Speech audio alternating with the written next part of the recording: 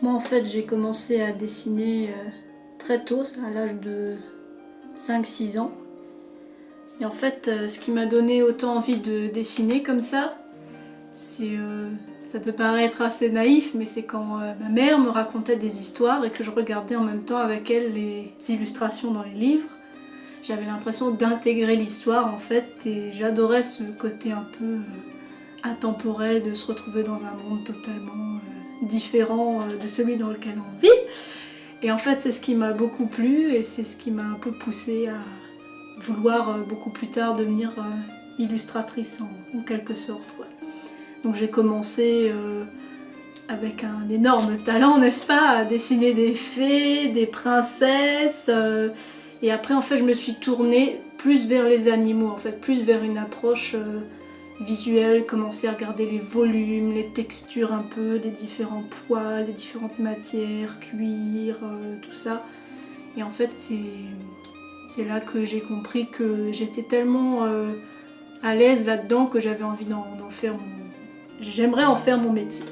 Voilà.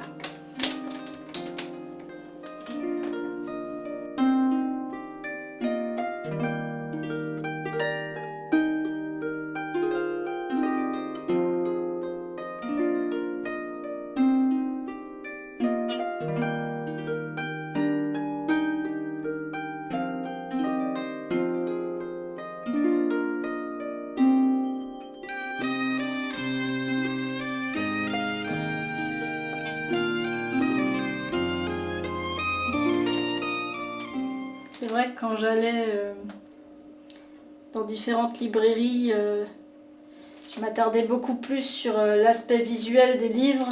Donc j'allais plus dans tout ce qui était dessin d'illustration pour enfants, pour essayer de m'enrichir visuellement des différentes techniques qu'ils emploient. Mais sinon c'est vrai que en général je suis plus inspirée par un environnement qui n'existe pas, quoi, assez fantastique. Et j'ai plusieurs références là-dessus. Il y a notamment John Howe, canadien, qui a fait la plupart des illustrations du Seigneur des Anneaux basées sur Tolkien.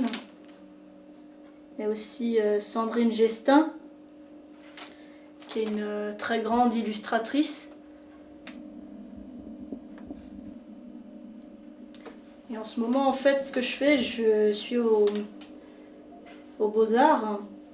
Et c'est vrai que plus tard, ce que j'aimerais faire, donc illustration, est assez bien coté à Strasbourg. Mais c'est assez difficile d'y entrer, alors j'essaie d'avoir un recul critique sur ce que je fais pour essayer de m'améliorer, de trouver ce qui va pas. Mais c'est vrai que c'est assez difficile d'y entrer en général. C'est pas seulement une question de niveau, il y a aussi autre chose, j'ai l'impression.